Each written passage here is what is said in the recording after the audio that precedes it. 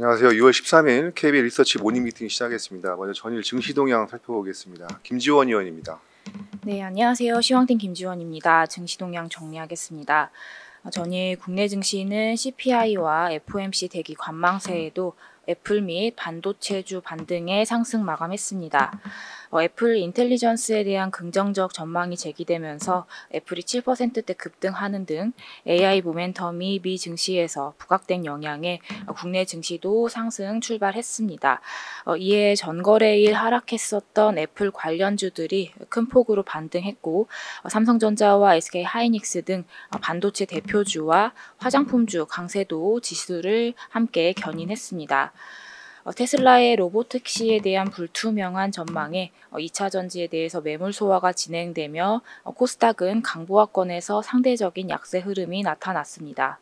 해외 증시 살펴보겠습니다. 미 증시는 양호한 CPI 결과에 국채금리 하락세 나타나면서 S&P 500과 나스닥은 또 한 번 사상 최고치를 경신했고 다우는 소폭이지만 이틀 연속 하락했습니다.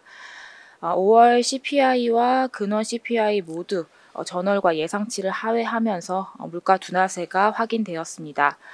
FOMC에서는 예상과 다르게 연내 3회에서 1회 인하로 전망을 수정했고 내년은 4회 인하 및 중립금리는 2.75%로 소폭 상향한 점이 특징적이었습니다. 종목별로는 여전히 기술주 강세가 진행됐는데요. 애플은 장중에 6%대 급등하면서 시총 1위 자리를 탈환하기도 했지만 2% 상승으로 마감했고 엔비디아도 3%대 상승하면서 마감했습니다. 미국 10년물 국채 수익률은 물가지표 둔화에 하락했고요. 달러 역시 CPI 결과에 4거래일 만에 하락했습니다. 관전 포인트 짚어보겠습니다. 전도표 자체는 매파적이라는 평가도 있었지만 파월 의장이 연준 위원들이 매우 데이터 의존적일 것이라고 발언을 했습니다.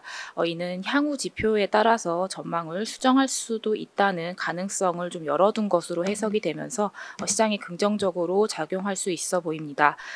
대체로 예상에 부합하면서 CPI와 FOMC라는 빅 이벤트가 종료된 영향에 주시장에서는 위험선호 강화가 기대됩니다.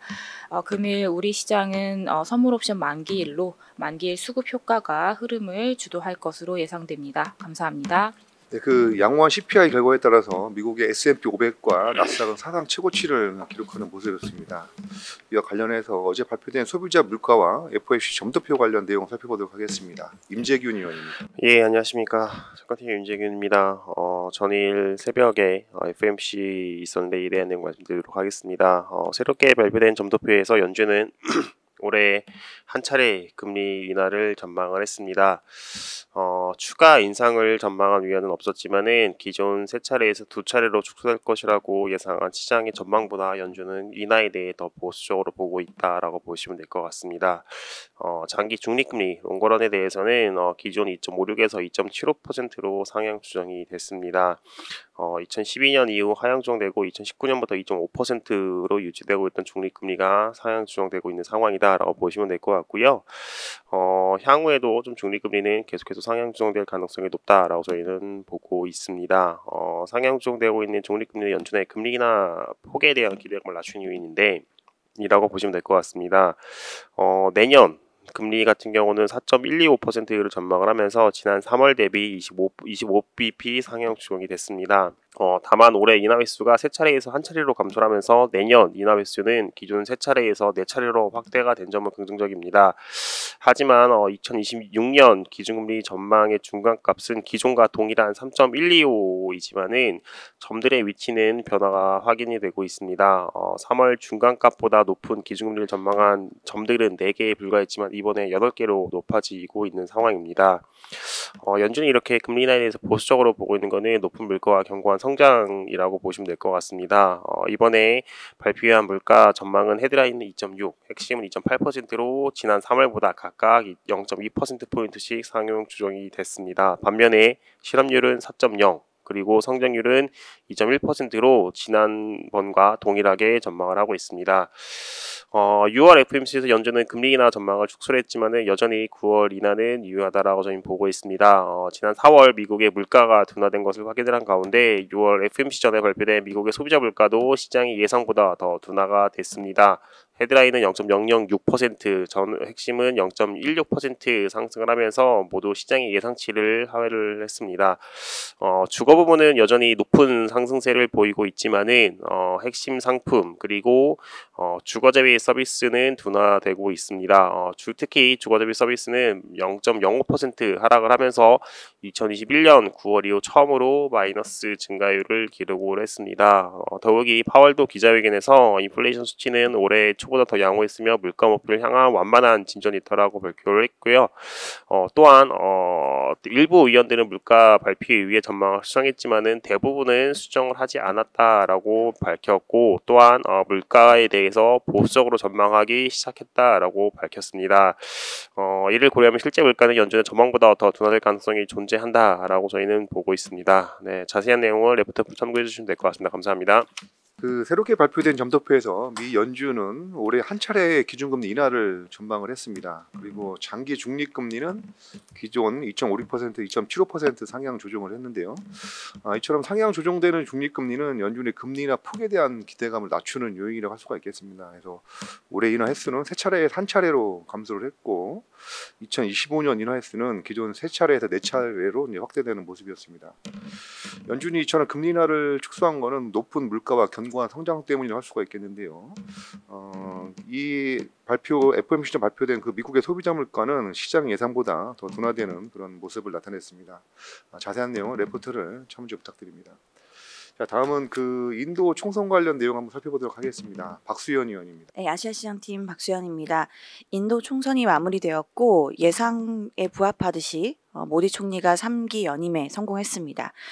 예상에는 부합했지만 시장이 기대했던 부분은 모디가 소속되어 있는 BJP 여당이 압승하는 결과였는데 그렇지는 못했습니다.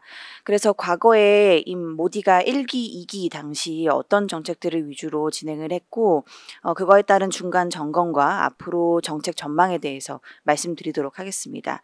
이번에 BJP가 의석수 과반을 확보하지 못한 주요 원인으로는 불안정한 고용시장 그리고 농민복지 정책에 대한 불만 두 가지로 좀 요약해 볼 수 있습니다. 해당 정책의 과거 공약들을 살펴보면 일단 첫 번째로는 실업률을 좀 말씀드리면 2024년 5월 기준으로 실업률은 인도가 여전히 7%로 생각보다 높은 수준을 좀 기록하고 있는 상황입니다. 여전히 특히나 젊은 층의 고용시장이 불안정한 모습을 보이면서 젊은 유권자들의 표심을 좀 확보하지 못한 것으로 보입니다. 정부가 인프라 투자를 확대해서 고용 창출을 하겠다라고 지속적으로 발표를 했지만 다수의 인프라 투자 프로젝트가 지연되면서 양질의 일자리가 예상보다 크게 증가하지 못했습니다. 그럼에도 전력망과 운송망, 생산기지를 구축하기 위한 핵심 요소들은 잘 구축이 스케줄에 따라 되고 있는 편인데요. 앞으로 관련되어 있는 투자를 좀 더 강화하지 않을까라는 예상이 좀 더 두각이 되고 있는 상황입니다.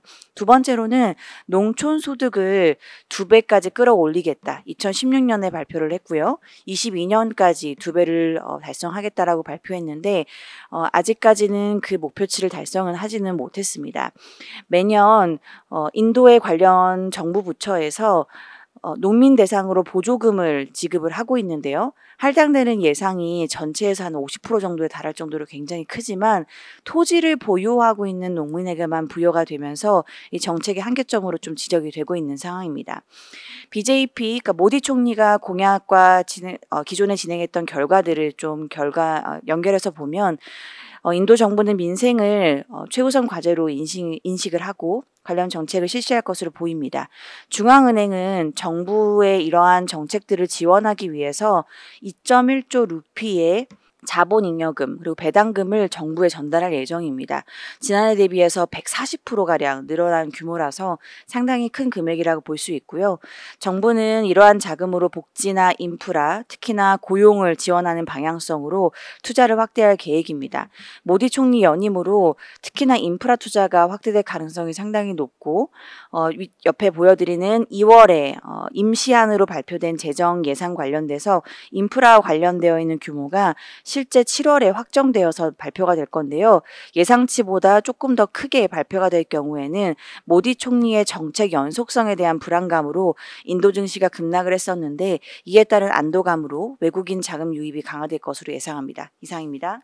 네, 인도 총선 결과 여당연합 의석수가 과반을 확보를 하면서 모디 3권 정권이 3기의 정권이 시작이 됐습니다. 그래서 BJP 공약 결과를 감안해 보면 정부는 민생 안정을 최우선 과제로 인식하고 관련 정책을 실시할 것으로 예상이 됩니다.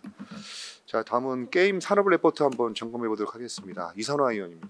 안녕하세요. 게임 담당 이선아입니다. 게임 업종의 투자 의견을 뉴트럴에서 포지티브로 상향하고 단기 토픽으로는 펄어비스, 중장기 토픽으로 크래프톤과 NC소프트를 추천합니다. 또한 IPO 예정인 시프트업도 관심을 가질 필요가 있습니다. 2025년부터 AAA급 신작 출시가 이어지면서 PC와 콘솔로 플랫폼이 확장되고 글로벌 지역 확장 및 장르 다변화에 성공하면서 영업 레버리지가 확대되는 구간이 나타날 것으로 기대합니다. 이에 따라서 1분기 실적 발표 이후에 올해와 내년 영업이익 추정치가 모두 우상향하는 모습을 확인을 했고요.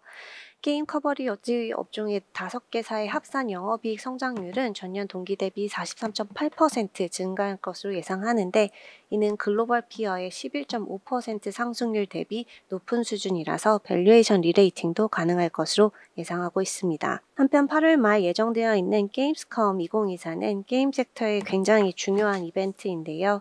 펄어비스의 붉은 사막 B2C 시연이 예정되어 있는데 2022년 네오이즈가 게임스컴에 출품했을 때의 주가와 비교를 해서 본다면 22년 8월에 게임스컴 2022의 피해 거짓이 게임 트레일러를 최초로 공개하고 가장 기대되는 플레이스테이션 게임 상 등 총 3종의 상을 수상하면서 주가가 우상향하는 모습을 보였습니다.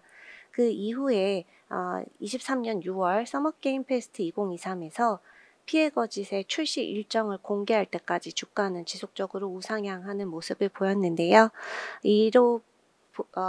이와 비교해 봤을 때 펄어비스 또한 게임스컴 2024 이후에도 게임 출시 일정을 공개하는 날까지 주가는 우상향할 수 있는 상승 동력을 확보했다고 볼 수 있을 것 같습니다. 또한 중국 판호 기대감이 점차 확산되고 있는데요. 지난 5월 말 문화체육관광부가 중국 판호 발급 확대를 위해 이르면 7월 중국 당국과 추가 협의를 이어갈 것이라고 발표했습니다. 실제로 지난 6월 5일에는 펄어비스의 검은 사막 PC 버전이 외자 판호를 받음으로써 점차 판호에 대한 기대감이 확산이 되고 있는데요. 던파 모바일이 중국에서 인기를 끌면서 한국 게임에 대한 인기가 여전히 건재함을 확인할 수 있었습니다. 신작 출시로 인한 매출 증가 외에도 비용 효율화 노력을 통해서 영업이익 개선 폭은 더 확대될 것으로 전망하는데요.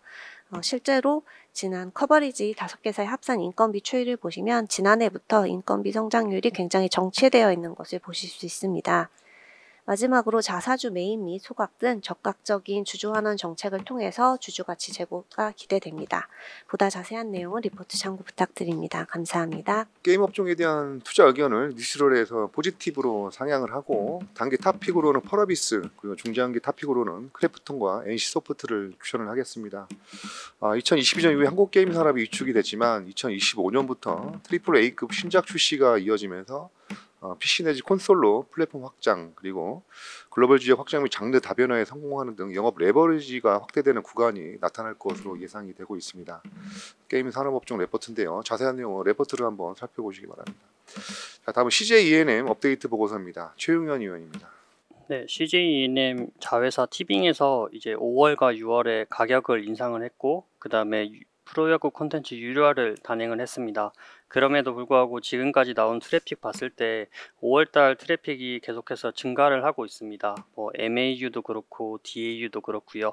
그렇기에 저희는 지금 수익화하는 게 확실히 효과를 보고 있다라고 생각을 합니다. 그렇기에 저희는 지금 1분기 같은 경우가 티빙이 OP가 마이너스 385억 나왔었는데 2분기부터는 마이너스 200억대로 줄어들 것이다 라고 생각을 합니다. 그리고 수익화 전략이 2분기에 일부 반영이 되기 때문에 3분기부터는 분기 전체에 반영이 되면서 확실히 더 개선되는 모습이 세게 나타날 것이라고 생각을 합니다. 다만 최근에 이제 티빙과 웨이브 합병 이슈로 이제 불확실성이 있는 상황입니다. 이제 합병을 하는 과정에서 합병 비율이나 뭐 합병 과정에서 뭐 현금을 지출할 가능성이 있기 때문입니다. 하지만 저희는 지금 최근에 이제 7월 하순부터 시행되는 지분 매각 예고제 고려한다면 CJ E&M에서 들고 있는 자산 유동화도 일부 가능하지 않을까라고 기대를 하고 있는 상황입니다. 그리고 CJ E&M은 2분기부터 티빙 외에도 전 사업부에서 지금 실적 개선이 나타날 것으로 생각을 합니다. 2분기 성수기를 맞이를 해서 광고, 커머스 부분에서도 수요 증가가 나타날 것으로 예상을 하고 있습니다. 이상입니다. 네, 그 티빙은 기존 가입자를 대상으로 해서 요금 인상이라든지 프로야구 콘텐츠 윤리화를 단행했음에도 불구하고 티빙의 트래픽 지표는 여전히 견고한 모습을 보여주고 있습니다. 그리고 이제 CJ E&M은 티빙 이외에도 전 사업부에서 전분기 실적이 그런 개선될 것으로 기대된다는 그런 최용현 의원의 코멘트였습니다. 자, 다음은 스모캡 한번 S&D 살펴보도록 하겠습니다. 그 삼양식품의 불닭 시리즈의 그런 소스의 맛을 독점 공급하고 있는 그런 S&D입니다. 그 S&D는 일반 기능식품 및 건강기능식품의 소재를 생산하는 기업인데요. 비수기에도 불구하고 1분기 실적은 매출액 238억 원, 영업이익 35억 원으로 전년 동기 대비 각각 30%, 72% 성장하면서 실적 호조세가 이어졌습니다. 특히나 영업이익률도 2023년 1분기 11.2%에서 올해 1분기 14.8%로 큰 폭 상승을 했습니다. 투자 포인트는 크게 세 가지인데요. 삼양식품의 불닭 시리즈가 이제 중국이라든지 동남아, 미국을 중심으로 매출액이 지속 증가하고 있고, 이는 고스란히 불닭 시리즈의 액상과 분말 스프의 핵심 원료를 독점 공급하는 S&D의 동반 성장으로 이어지고 있습니다. 또한 S&D는 이와 같은 실적 증가가 지속 기대가 되고 있고, 향후 증설을 또한 통해서 성장성이 예상되는 업체라고 할 수가 있겠습니다. 두 번째는 일반 기능식품 소재의 경우 B2B 중심에서 완제품 중심의 B2C라든지 자체 브랜드화 추진 등 사업 다변화가 차기 성장 모멘텀이라고 할 수가 있겠습니다. 그리고 세 번째는 1분기 말 기준 유보율 4,300%, 그리고 ROE 13%, 현금성 자산 약 620억 원 등 재무 구조가 아주 양호합니다. 참고로 현재 S&D의 주가는 올해 예상 실적 기준 P가 8배 수준으로 동종업체 및 주요 고객사 평균 16배 대비 큰 폭 할인 거래되어 있습니다. 자세한 내용은 레포트를 참조 부탁드립니다. 자, 다음은 레뷰 코퍼레이션 한번 살펴보겠습니다. 이수경 의원입니다. 안녕하세요. 스마트 담당 이수경입니다. 레뷰 코퍼레이션 업데이트 드리겠습니다. 체크 포인트는 다음과 같습니다. 먼저 매출액 비중이 큰 로컬과 CMD 부분에 성장세가 지속이 되고 있고, 특히 글로벌 매출액은 전년 동기 대비 1분기에 230.5% 증가를 했습니다. 레뷰 코퍼레이션은 수익성 확보를 위해 여러 프로젝트를 개발하고 있는데 CX 응대 자동화 및 어뷰징 헤어 자동 페널티 처리 등이 주요 내용입니다. 개발 완료 시 운영자 1인당 생산성이 증가할 것으로 기대가 됩니다. 두 번째로는 해외 사업 구조 개편입니다. 지난 5월 3일 중국 법인인 레뷰 코퍼레이션의 지분 전량 매각을 완료를 했습니다. 지분 매각 추진의 배경은 국내 고객사와 중국 인플루언서를 연결, 라이브 커머스 사업들을 영위해왔으나 수익 구조 개선이 어려웠기 때문입니다. 대신 태국 진출을 결정을 했는데 현재 태국 현지 영업 활동을 위해 사업 기반을 구축을 하고 있습니다. 자세한 내용은 보고서 참조 부탁드립니다. 감사합니다.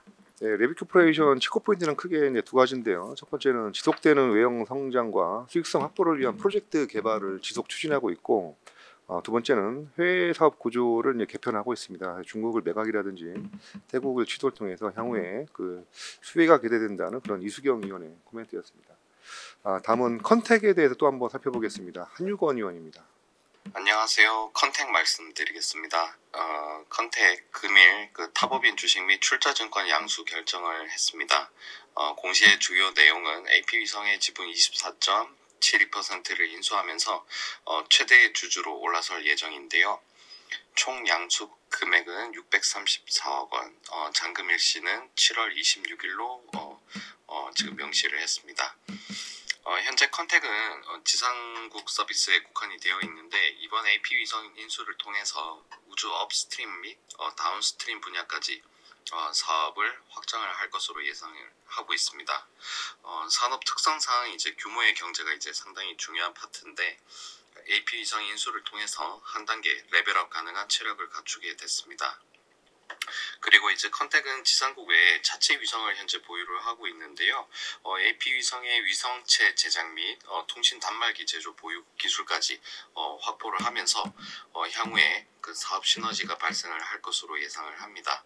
그래서 이번에 컨택의 인수 투자는 비용 효율적인 선택이라고 판단이 되고 있고, 그리고 컨택의 이성희 대표가 AP 위성의 대표를 겸하게 될 것으로 예상이 되고, AP 위성의 류장수 회장은 지금 현재 기술 자문 역할을 담당할 것으로 전망합니다.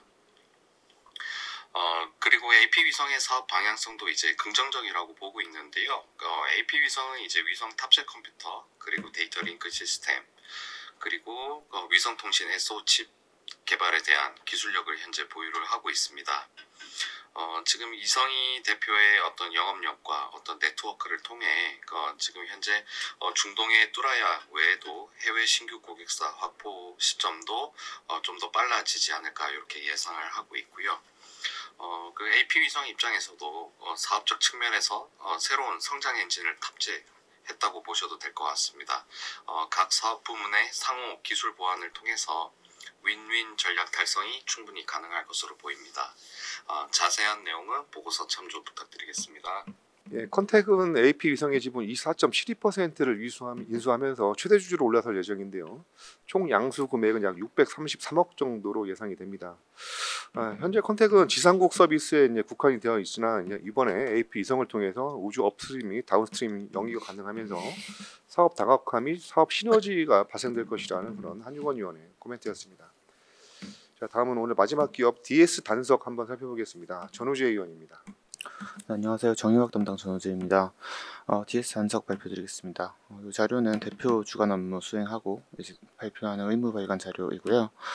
DS 단석 같은 경우에는 이제 글로벌 리사이클링 기업으로 성장을 하는 중입니다.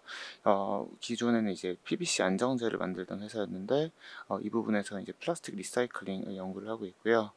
배터리 리사이클링 24% 그리고 가장 최근에 주력 사업부는 바이오 디젤을 만드는 바이오 에너지 사업부가 70% 정도 매출을 하고 있다라고 보시면 될 것 같습니다. 바이오 디젤 같은 경우에는 2018년 이후로 지금 30년까지 그 의무 혼합 비율, 디젤을 만들 때 혼합해야 되는 이제 뭐 대두유나 아니면 삼겹살 기름 같은 걸로 만든 혼합유를 이제 8% 정도 섞어야 될 것으로 이제 전망이 되고 있고요. 이에 따라서 지금부터 2030년까지 약 10% 정도 매년 시장이 성장할 것으로 좀 보여지고 있습니다. 이쪽 부분에서 2세대 바이오 디젤 프로젝트가 25년부터 시작될 것으로 보여지고 있어서 꾸준한 성장이 기대가 되고요. 두 번째 주력 사업 같은 경우에는 배터리 리사이클링과 플라스틱 리사이클링이라고 봐주시면 될 것 같고, 배터리 같은 경우에는 2023년도 블랙매스 가장 기본적인 전처리부터 시작을 해서 25년, 26년에 꾸준히 수직 계열화해서 늘려갈 예정입니다. 플라스틱 리사이클링 같은 경우에는 올해 4월부터 1.2만 톤 생산 캐파를 이제 갖추게 되어서 플라스틱 리사이클링을 시작을 하게 될 것이고, 이게 25년이랑 30년부터 글로벌 주요 기업들이 재생 플라스틱 사용量늘릴 것으로 지금 계획해 놨기 때문에 이쪽 부분도 고마진 고성장이 기대가 되는 사업부입니다. 리스크로 하자면 일단 바이오 연료, 플라스틱 배터리 리사이클링 사업 전부 다 국내와 해외 정책에 의해서 수요가 정해지는 만큼 정책의 적응도가 높고요. 그리고 개별적으로 지금 전기차와 석유화학 시황이 그렇게 좋은 편은 아니기 때문에 지금 전후방으로 조금 리사이클링 하기에는 이렇게 좋지 않은 시장으로 좀 봐주시면 될 것 같습니다. 그래서 장기적으로 봤을 때는 여전히 좋은 기업으로 평가가 됩니다. 이상입니다. 네, 이상으로 6월 13일 KB 리서치 모닝 미팅 마치도록 하겠습니다. 감사합니다.